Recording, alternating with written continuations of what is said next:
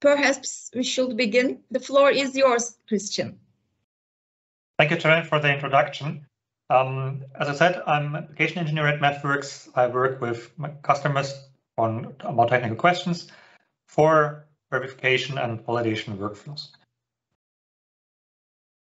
For today, I'm prepared a presentation where I want to walk through with you through this workflow, through these steps that help you in designing software and make good software to avoid potential errors, bugs, and every bug that you don't make helps you to avoid rework, and that with doing that speeds up your development.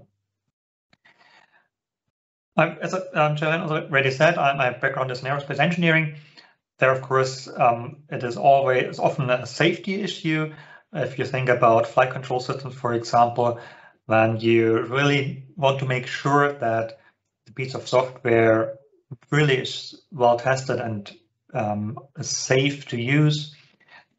However, these quality aspects, of course, are important for any piece of software.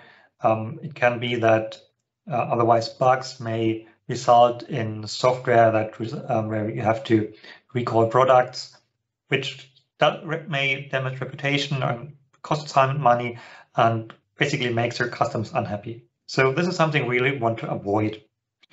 What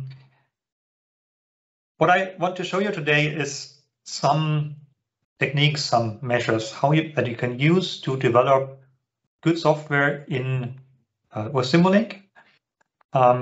We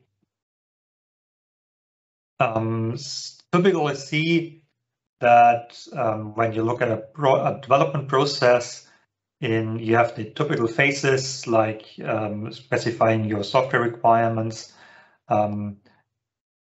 produce some specification, then doing some coding, maybe hand coding, and then you end up some C code or HDL code that is then executed on your target device. And when we have when you do our work, of course, there's always the danger that you may introduce some bugs, some errors in your software code, in your requirements and the specification, or in some other phases. And analysis shows that most errors are introduced in the early design phases during the requirements and during the specification phase. You may find some of them during unit testing. Of course, this is what the unit testing is used for. And sometimes some of the errors are found only in the field or during integration.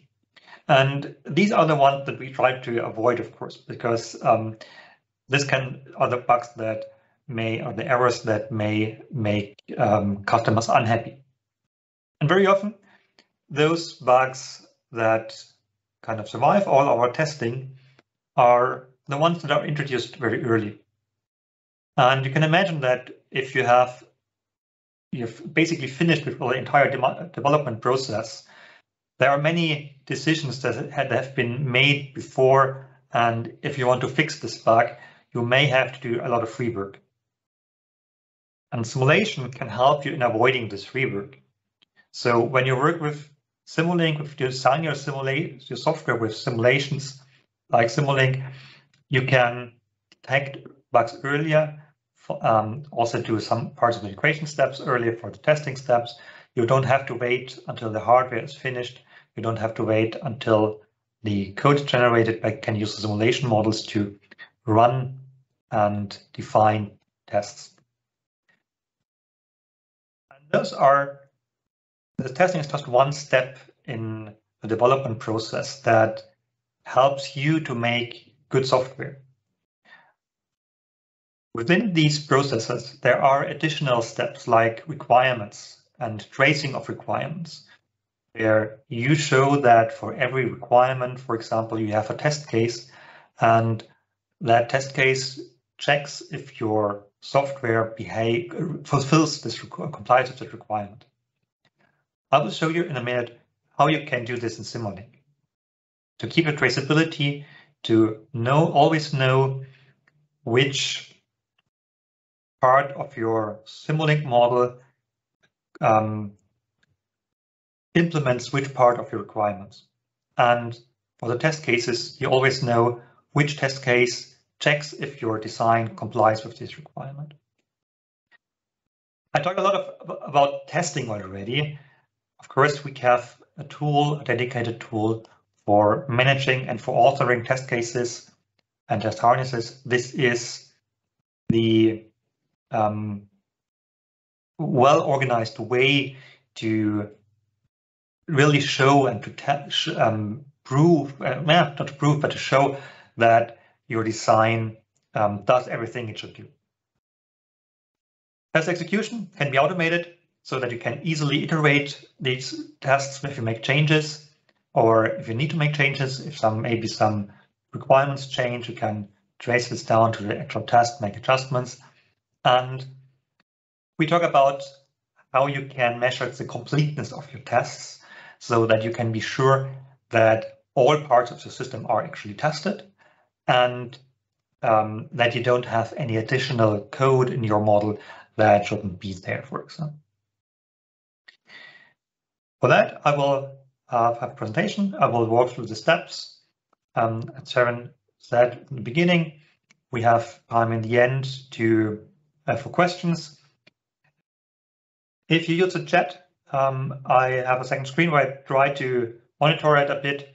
So I will watch it from time to time so that if there are questions that come up, I will try to answer it already during the presentation. And of course, we will have some time left in the end. For me personally, I don't speak Turkish, so if you can write questions in English, that's very fine. If you prefer to ask questions in Turkish, that's fine too. We have colleagues from FİGES in the call who can then help me with translating the questions. Okay, now let's get started. As I said before, the idea of model-based design is that you can use Simulink models as a graphical representation of the algorithms, and then use code generation tools like Embedded Coder to generate the C code that is then actually run on your system. The advantage of this approach is that you can create a simulation model and test the algorithm and how it behaves within the Simulink model. And this is a great environment where you have full control of your entire system. You can easily rerun test cases, for example, and generate the exact test situation that you want to analyze. When it comes to the development workflow and the verification and validation steps, there are, of course, a number of steps that are relevant for your model. This is the base topic is that you want to be sure and want to prove also and want to show that and document that all the requirements for your software are actually implemented in your design, that your design actually behaves as it is expected, as it is intended.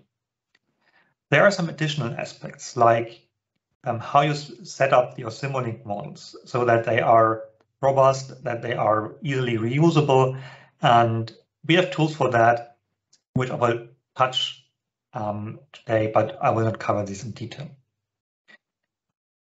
This is what happens in a Simulink model. Of course, when you generate code, you also want to be sure that this final code that runs on your hardware, on the target device, behaves correctly. For that, you can rerun the code in the test cases with so-called equivalence testing to show it behaves exactly as simulation model. Those code verification is a topic on its own. Can't cover it today. For today, the focus is on the component and system testing here on the left side, and all those things that you can do inside your Simulink environment. The idea of this process is that you can use the models to have fast iterations, a fast development. You don't have to generate code. You don't have to flash it to your device to run a test case, but you can do this in the simulation environment. And this allows you to reduce the effort to reduce unneeded steps, and in the end, it allows you to focus on the actual engineering of your algorithms. And that is, of course, helpful because this is what you actually want to do, design a good algorithm for your software. For example, some example users that have applied this workflow are here for the automotive company who developed electronic control units, and they applied this entire workflow to their project, used continuous verification with simulation. This is what you should focus on today. They used so-called software in the loop and hardware in the loop testing. These are the steps that can come after the model and the code generation. And this customer could reduce the development time by 40% compared to the previous workflow. And they generated over 700,000 lines of code from their Simulink models, which is a lot of things. So this is an example where that shows that this workflow that we propose today really helps you in speeding up your development. Verification and validation is very often driven by certification standards. For safety-critical applications, you have to comply with certain standards, with rules that give some limitations on or set up boundary conditions, how you develop your software. Here are some of those standards ranging from automotive applications, where the AUTOSAR standard might be used, over the ISO 26262 or the DO 178, which are standards for automotive and aerospace applications. All those standards have in common that they give guidelines and rules on the development process. And this is how you actually make software safe, by a well-defined software development process that is based on testing, on requirements, so that you ensure that your software behaves as expected. All those standards are slightly different, but the steps that make software safe and secure are kind of generic. I mentioned a few of them already, like requirements, testing, some additional analysis, for example, so-called formal methods, where you can analyze your system and actually exclude certain errors. And at MathWorks, we have a workflow that runs from requirements in the beginning to the final code and covers all those aspects for testing, for analysis, and that can also be certified for the standards that we have just seen on the previous slide. The testing is one part of that. When you want more information about this entire workflow, please get in touch with the colleagues at FİGES. They can provide you with additional information. Okay, that's that. I start with my dive into the component system testing, and for that I will look at a slightly different version of this workflow and have some questions that we want to answer today. So the first question is, if you start with a project, what is it that your software should actually do? What is it that you want to develop? And exactly this is what is described by the requirements. Requirements are very often documented in textual form, in kind of as a Word document, as Excel documents. Some customers use requirements management tools. And one difficulty that we see at customers is that often those are separate tools. You have the requirements tool on the one side and a Simulink environment where you develop your software on the other side. So we want to have a link here. And this is what our tool, the requirements toolbox, provides, that you can import external requirements into your Simulink environment and work with the requirements within Simulink. I will touch upon on some of these aspects that how you can use requirements in your Simulink environment.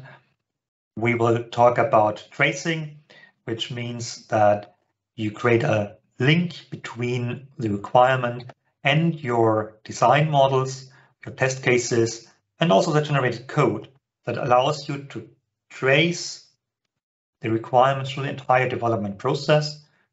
When it comes to certification, you might actually have to show for every single line of code which requirement it implements, so that if there is no requirement for it, there must not be this line of code, and the other way around. The requirements toolbox can do a bit more.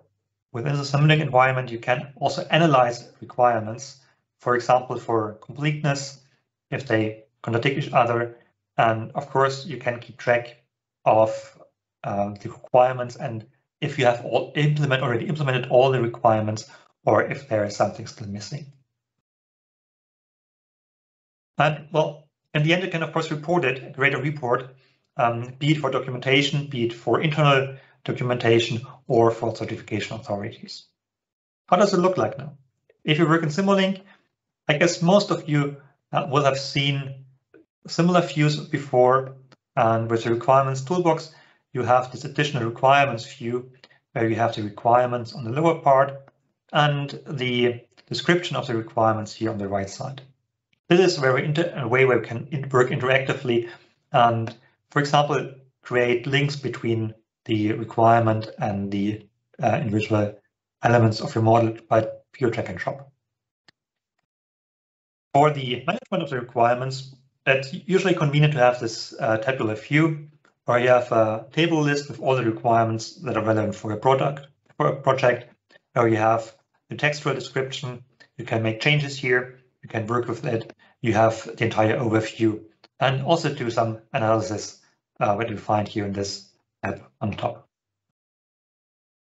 So how does this integration with other tools look like? As I said, very often customers have external tools or some database. For that, we can import requirements into our tool landscape and make changes there. We can also create new requirements and then export them. One file that one way for the export that you can use is a so-called regif file format, which has been established in the last years and is supported by many of the established requirements tools. Today, I want to show you an example with DOORS, where we have a slightly different implementation.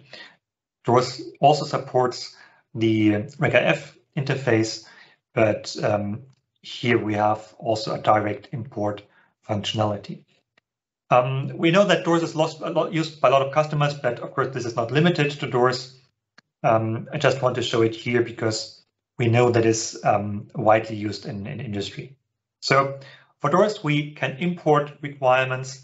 As you see here from the requirements editor, you select the import from DOORS module. You can then connect it to your DOORS and local DOORS installation and import the DOORS with all the properties that you specified. There is a mask that can be adjusted so that you can also import those custom attributes into the Simulink environment. We have now the DOORS ID, the list with all the requirements, all with the DOORS ID. You can select the additional information that you want to show, that you know what's going on here, like priority or rational or whatever information you want to have and show in your Simulink environment. So this is how it looks like to import the requirements. We now have the description, the text description from DOORS in our description field, and I can also switch to DOORS, to navigate to DOORS. This is recorded, as you see here, as I don't have a DOORS installation, but you have this direct link so that you can always navigate from Simulink to doors if you want to have additional information from there. Of course, you can also do it the other way around to navigate back to a Simulink environment. This is how the interaction between the between doors and MathWorks tools works, Simulink tools work. When it now comes to working with the requirements inside the tools, I want to show the next video. You can now use those requirements and go to this, for example, to this requirements view that I've shown in the screenshot before. We now have the split screen mode where you have the requirements, the description, and the model in one view. And this is where you usually create links from requirements to your blocks that to indicate that this is the block that indicates this specific requirement. As you have seen, there will be this annotation symbol, this badge symbol that indicates that this block is the place where this requirement will be implemented or is implemented. On the requirements view, we now see this blue bar that indicates that this requirement is linked to a certain block. And this is how you can keep track of the implementation status of the progress of a project to ensure so that you always know which part of your requirements are already implemented in your system and where is something still missing.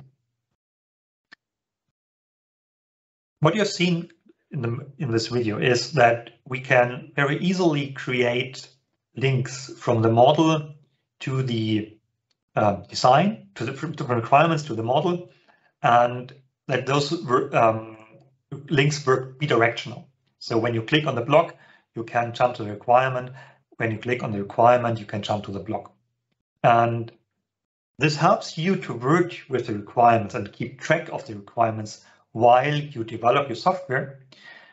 But it's also the information that you need, for example, for certification authorities, for the so-called traceability, where you have to show and to document that every requirement is actually implemented in your system. And depending on the standards, for example, you need to also show for every single line of code which requirement this line of code implements. And those tracing links are now automatically created by Simulink, so that you have to work with the requirements in the environment, and all the other handling, the generation of tracing links, all the documentation can then be done automated with the respective tools. This flag implementation verification status we have seen here before covers two things: implementation status, which is the indication if you have a link into the design model, and the verification status. This shows if you have test cases linked to your design and your requirements, if they have passed, if they have failed, or if they are unexecuted. The left side, you actually want to have all blue, because this means that everything, all functionality, all requirements for your system are implemented in your designs in the system. On the right side, the goal is, of course, to get everything green, which means that you have test cases and your design also complied with them. Those test cases are the well-defined process for testing the function of your system.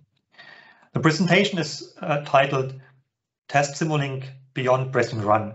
Of course, pressing the run button is how the first thing you would do to check if your system, how your Simulink system behaves. And you will run some simulations, you will input blocks with some scopes maybe to see and to check in daily life, is this working correctly and does the algorithm behave as I wanted? Those test cases that I will show a bit later are the way how you can do this in a structured way that is also easy to document. And this traceability is one piece in the full documentation of those testing processes. So in a design and in a real project, of course, you will have a lot of requirements. We'll have a lot of test cases. Not always is it easy to make these generate those tracing links through this interactive view. For that, you could use, for example, the traceability matrix, where you have a matrix view where you see all your requirements, where you can show all the elements that are relevant for you and easily create a different kind of links directly in this view. It's very convenient, especially if you have a lot of links. And you can also highlight the elements that have no link yet. I know a lot of customers who like this feature. If you work with FIGES requirements in Simulink, just try it out and see how it can help you in your development process. So this is how you can work with the requirements. This is the answer to how should the actual system behave? What should it behave like? We can track the implementation status. We create so-called link sets. We have the test cases that verify those requirements. We can keep track of that. And of course, you have the environment to manage the different files in a project to keep them together. Now, how about those requirements? Do we know if they are correct, if they contradict each other? Maybe if you have a long list, it can be really tricky to keep track of, let's say, requirement number 5 is really compatible with requirement number 274. And also for those questions, you can use Simulink models to find an answer. With the most current release, we have introduced some new features with the 22A release that help you to answer the question, are your requirements complete and consistent? These two questions are typically covered in systems engineering, where completeness means that the requirements define the entire functionality that is required, and consistency means that those requirements do not conflict with each other. For 22A, we have introduced the so-called tabular block, the requirements table block, which is a Simulink block, where you can mathematically define in a formal way requirements. And this can be executed together with the simulation. It's easier to author and to maintain than pure text requirements. And you can also actually analyze those mathematical descriptions. What does it look like in an example? Well, you have this block where you can define logical dependencies. We have some text, for example, that the ground speed here in this example should be positive and corrected some way. So we can then have the conditions that should be need to be fulfilled as a precondition, and you then define so-called post-condition. This is what should happen if the precondition is fulfilled. You can add some more features like a duration or additional actions that should be executed. Then the key idea is that this is the way how you can transform your pure text description into a formal representation, which is basically a MATLAB language that can then be analyzed and interpreted by the analysis tools. And doing that, you can run an analysis. You can run this on the requirements to analyze if those requirements contradict with each other. And you can take this block and put it in parallel to your actual design of your subsystem that will implement those requirements, and check if during the simulation, if your design actually complies with the requirements. This is one way how a test case actually could look like. We will see more of them later. For the analysis of the requirements, you can use the tool which is called Simulink Design Verifier, that contains mathematical tools that analyze your system, your requirements, and can find inconsistencies and incompleteness issues. This is the answer to the question if your requirements are complete or if some of the requirements contradict each other. Of course, you can link this table to the textual requirements, for example, from DOORS, as we have seen it before, so that you keep complete tracing from textual requirements also to this tabular block. Now I've already talked about how you can show that the design and the requirements are kind of compatible to each other if your design really does all the stuff that you want it to do. The formal way for doing this is the answer to the question if your design behaves correctly, if it's functioned correctly. And this is shown by simulation test cases. The idea is that you run test cases. With these test cases, you can show that your model meets all the requirements, and you can also show that, or if it is completely tested. So if you really test all parts of your model. And now I will walk through these steps through these questions individually, one after the other, show you how you can answer those questions. So let's start with the question if the design meets all the requirements. So we have seen already that with the tracing from requirements to the design, we have the implementation verification status. So when you have the test cases will check if this requirement is fulfilled. With the tracing, you have the pass and fail status. If you execute the test cases on your computer to show if your design complies with all the test cases. So when you have all the test cases and all green, this is when you know that you have tested and implemented all your requirements correctly. Now, how does this test cases look like? Well, there is a wide variety of how test cases can look like. The basic idea in our tool landscape in Simulink is that you have a model where you describe your software and your algorithms. You can create so-called test harnesses where you can generate test cases for one single component, and you have a dedicated environment where you can now add additional blocks to create input signals and so-called assessments that show and test if the simulated behavior is compliant with the expected behavior. So you will create input signals. You can use all the blocks that Simulink provides here, be it the signal editor block, be it MUD files where you store input data, maybe some recorded data from a test bench, or more complex function like a test sequence block where you can also interact with the simulated behavior. This is how you design and specify the input signals that execute your test harness during simulation. Of course, you want to have some some criteria to assess if your test case has been passed or not.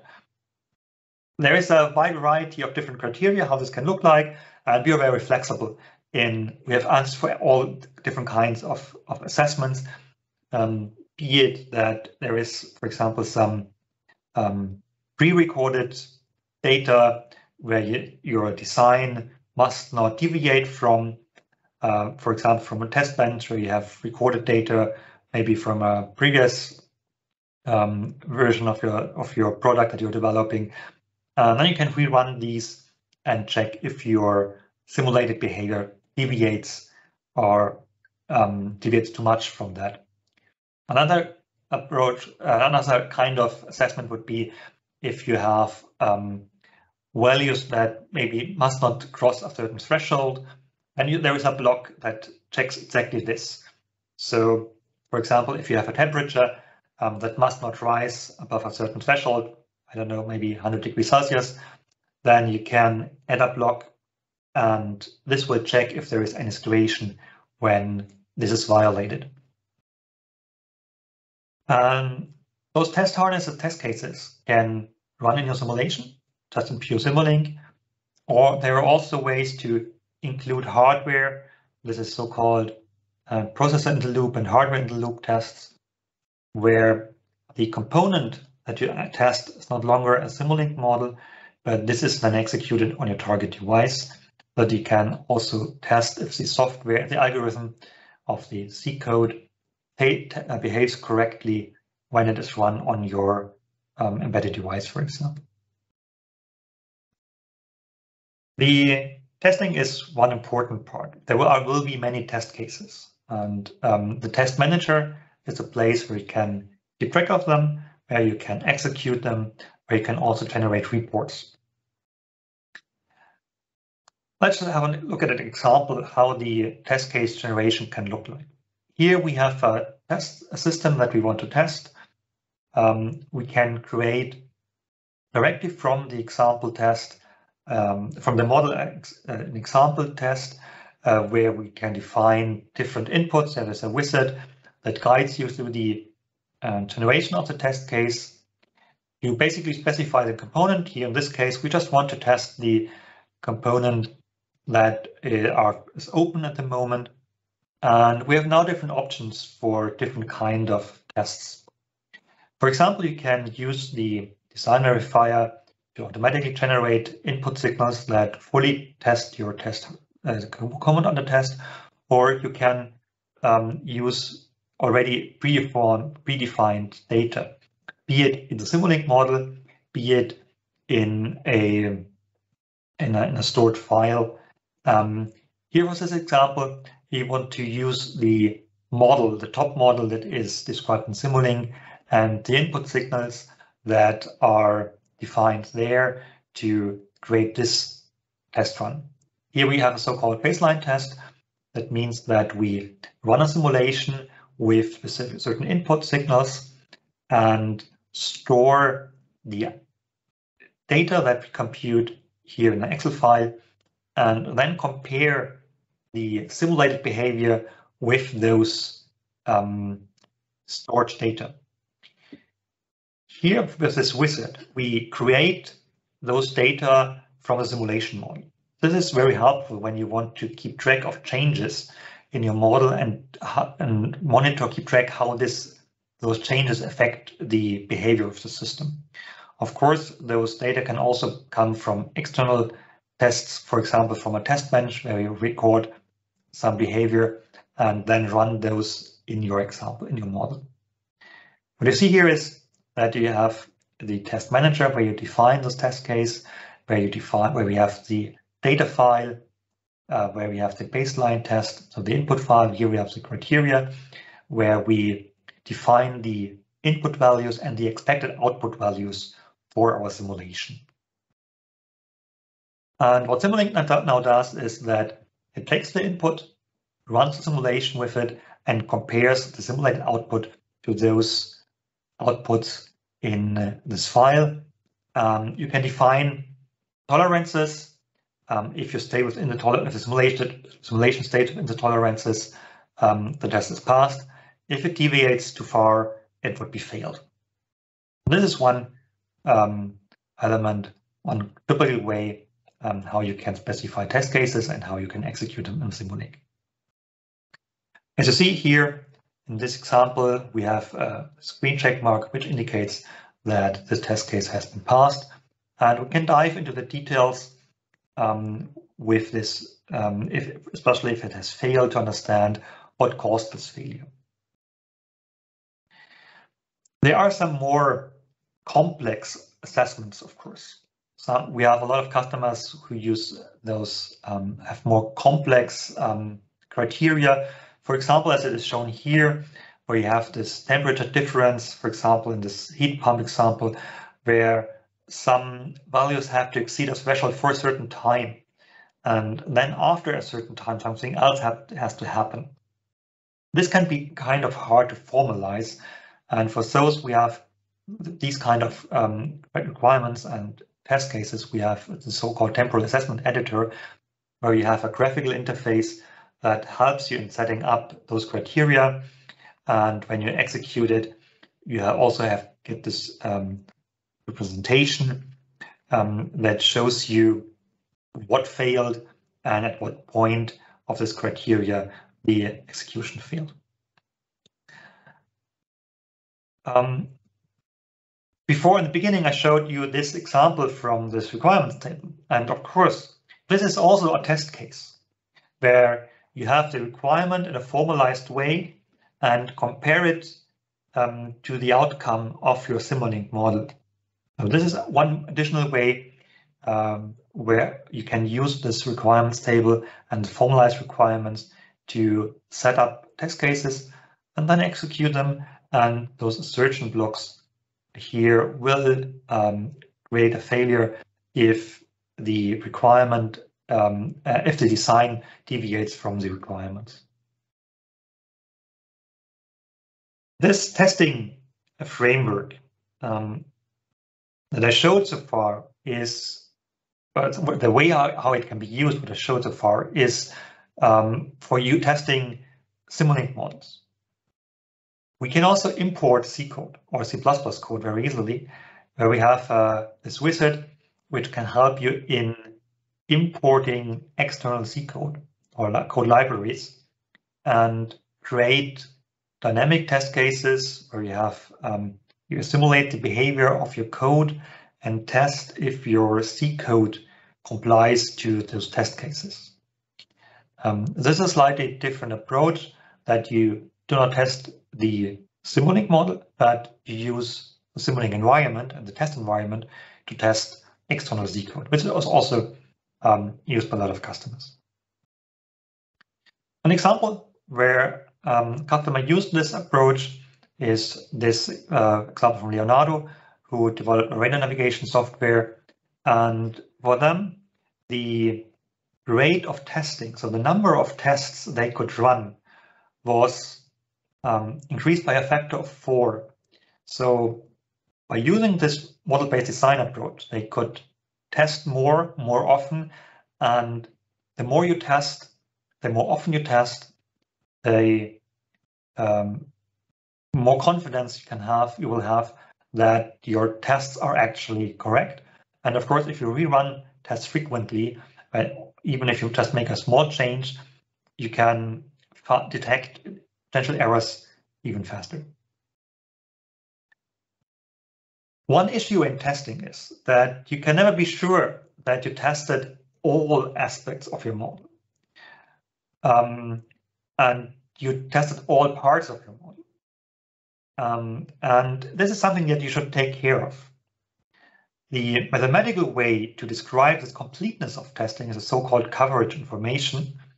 And we can collect coverage information in Simulink with the tool called Simulink coverage, where you basically, while you run the simulation, the test cases under the hood, you can compute the coverage information, which is then described in a report, where you have the different test cases that are linked to requirements. And for each of those test cases and the requirements, you can see which parts of your model have been executed.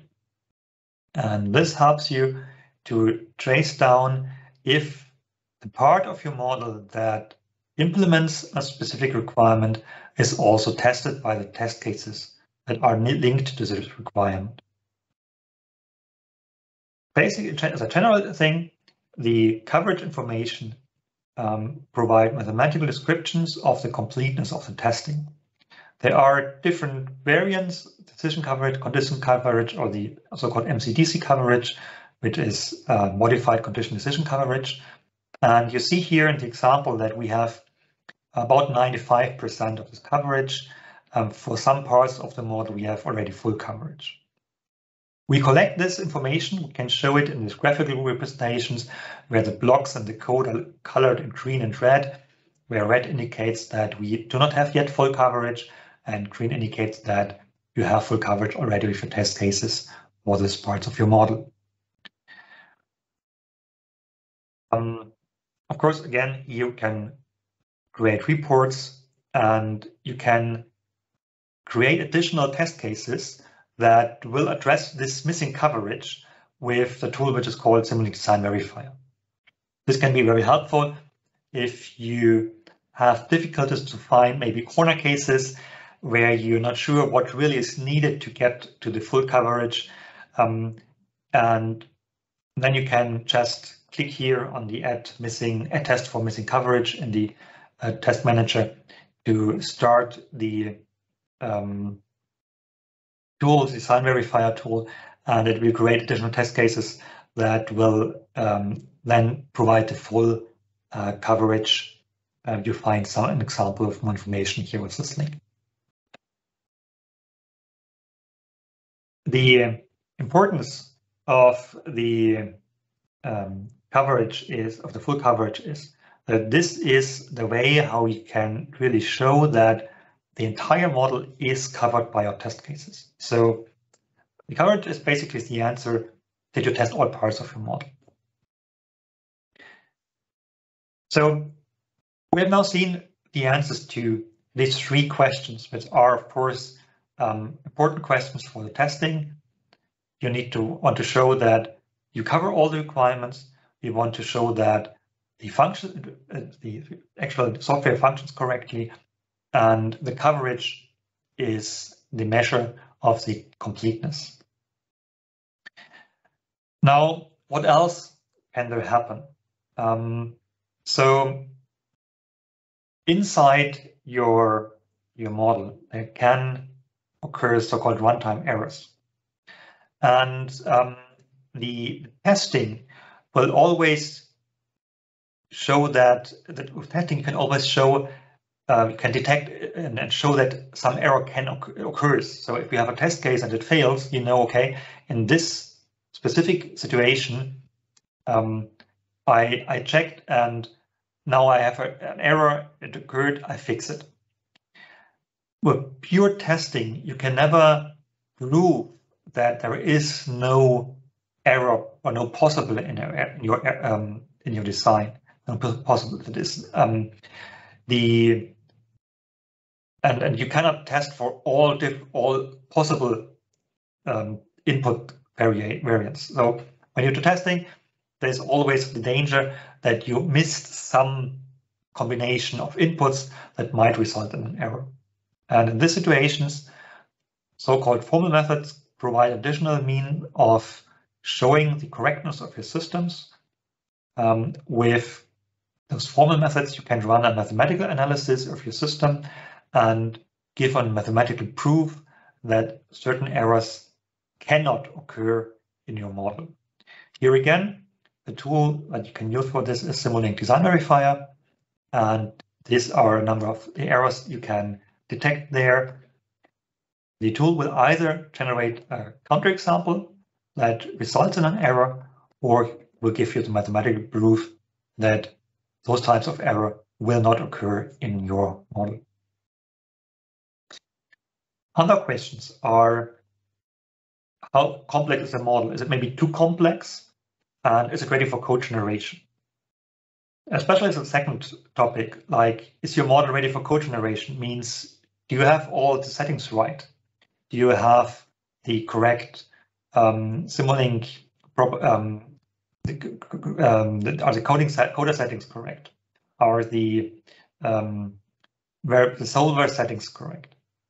And of course, you can try it by just starting embedded coder for code generation and then work through all those errors that might come up if you haven't, if you're not actually ready for the code generation. And that, of course, can be tedious when you just do debugging one after the other, and whenever you fix one thing, some other errors pop up. The more targeted approach here is to use modeling standards and automatically check if your model complies with these modeling standards. The tool for this is the Simulink Check, which provides dashboards that you can use as an information of the complexity of your model, also of the, you can check for the high integrity guidelines, and with that, keep track of the maturity of your system. We have this visualization of the metrics where you can then track down specific components that specific subparts of your model that may cause failure in those checks, which are these model advisor checks, where you get an idea of the maturity of your components. So, for example, here it seems that we have a component that violates a number of those checks, where you may need to have a closer look at why this is not working yet. Those model advisor checks are sets of checks, for example, for naming conventions, where you can actively search for eventual violations and avoid, for example, starting code generation and running in issues and error messages. When we go beyond this functional testing in the Simulink environment, of course, there are additional tests that will be needed when you want to show that your model, your algorithm, also runs correctly on your hardware. The question that we ask ourselves here is the code functionally equivalent to the model when you execute it on your target device? And also on the code level, is it all of the code tested? And for that, to answer those questions, you have the different kinds of tests that we offer, the so-called software in the loop test, where you can show the equivalence of the model and the code on your computer, on your PC.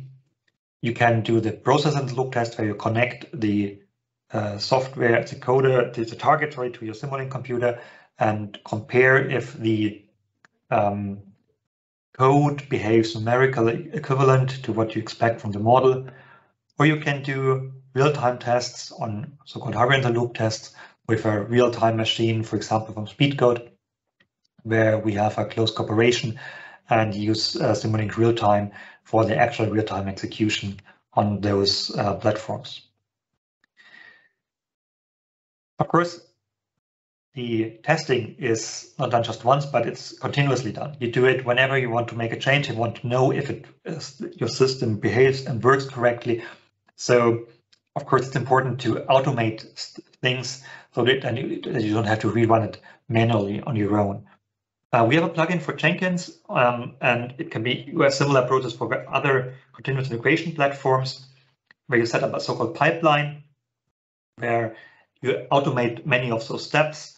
For example, with version control software like Git, where a commit, for example, triggers certain automated steps, and you get whenever you start a commit, this pipeline is triggered, and it will automatically run the tests that you define in Simulink test to give you a result, either to kind of allow it to be merged in your GitLab source, or to create a bug report and inform the developers that there is some error that occurred in your system. For more information on this continuous integration, have a look at the slide. We will make this available after the presentation. An customer example here, once more, from Vestas, wind turbine developer, where they have used this approach, and they created the entire code with this continuous integration approach and had automatically tested the code generation, had simulation models on the service where they could simulate the behavior of the code, and with that check if the code and the design behaved correctly. Just as you have seen it during the presentation, they used Simulink models here to check without hardware if the algorithm performs correctly. And you can imagine that if you do this in hardware, you would need to have the right wind conditions, for example. You maybe don't want to test for storming conditions, which you can easily do in those simulated environments.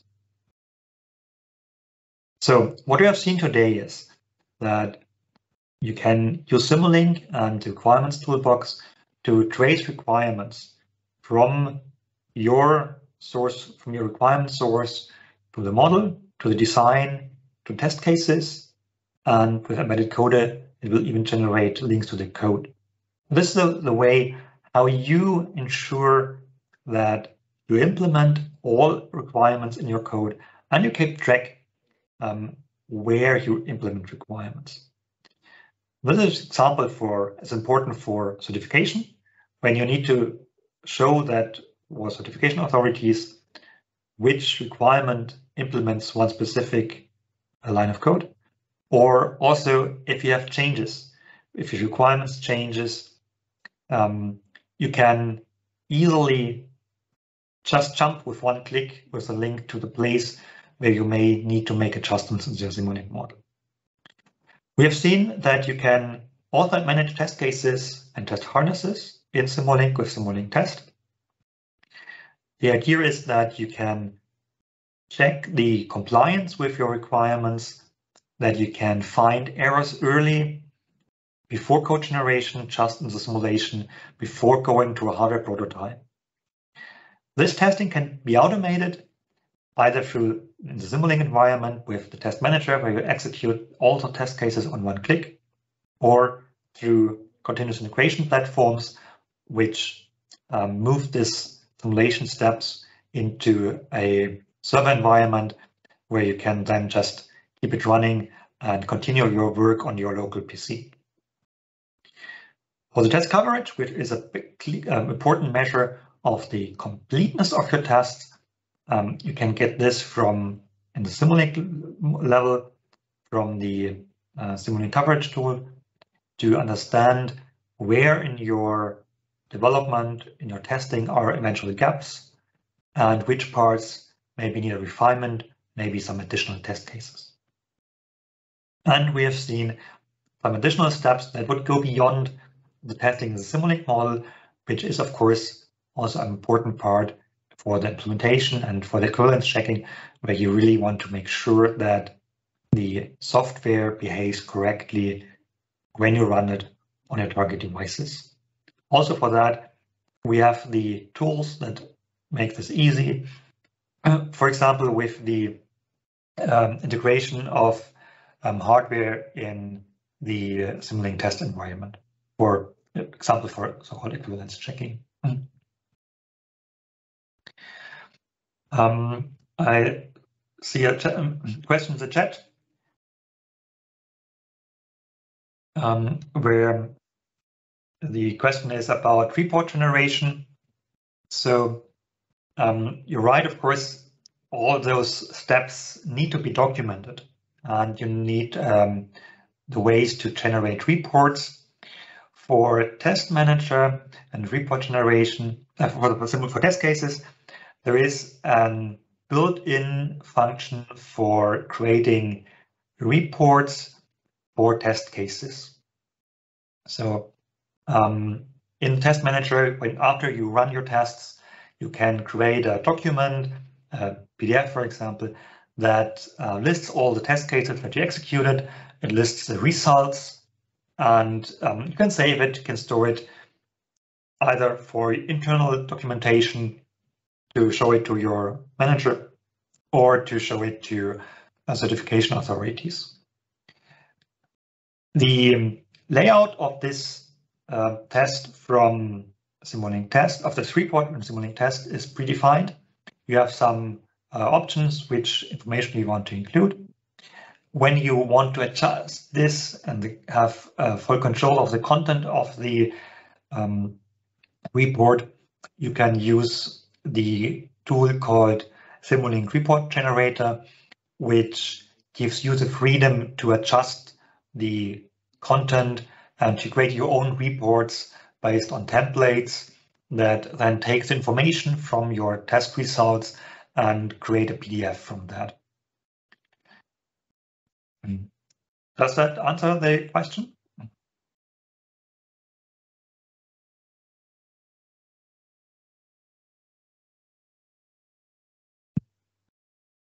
Okay.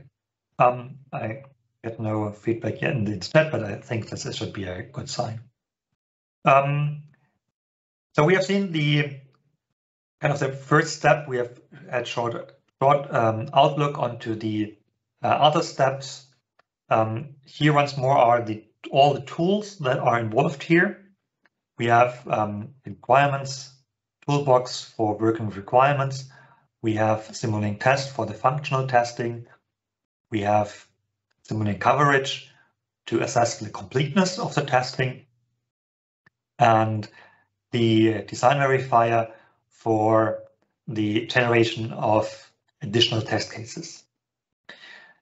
Design verifier can be also used for this formal verification, where you actually can mathematically prove the absence of errors. Simulink check is a tool to show conformance to modeling standards, and for static code analysis, when we talk about C code and equivalence testing, we would use Simulink test. For additional information, of course, you can get in touch with the colleague from FİGES, and I will be available for any questions. There's additional question in the chat about missing coverage. So for missing coverage, we have seen that coverage information, we have seen that you have the option to first of all create more test cases when you have missing coverage.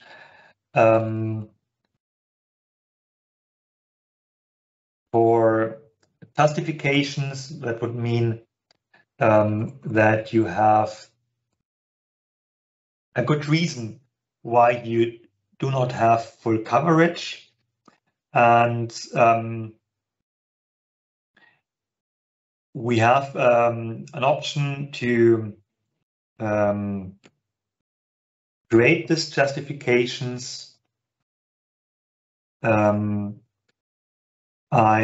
don't have it in my presentation, but we can have it. We have a link for that in the our documentation, and we can. I can look for that. I don't have it. I don't know it from my heart where you can find that, and I don't have it in here at the moment. I have my computer no MATLAB installation to show it in live.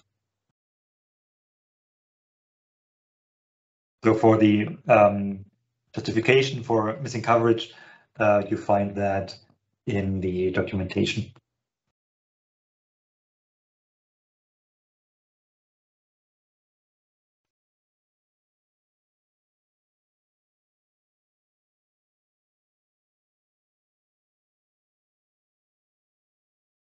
Are there more questions?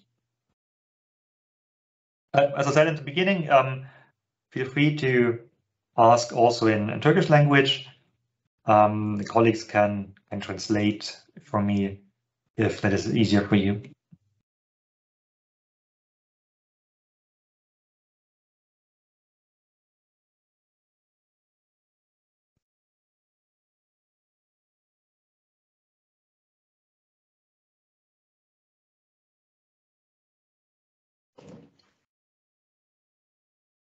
I think there is no other questions, Christian.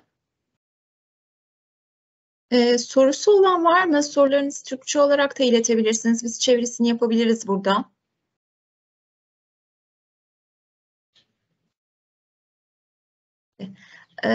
I think there is no other questions. Thank you for your support and for your presentation. We will share a survey now with all the participants. Thank you very much, Christian. Thank you, Seren. It was a pleasure to present to you. Okay. For questions, Okay. of course, we can support you also in follow-up questions. For that, I think you would be the first point of contact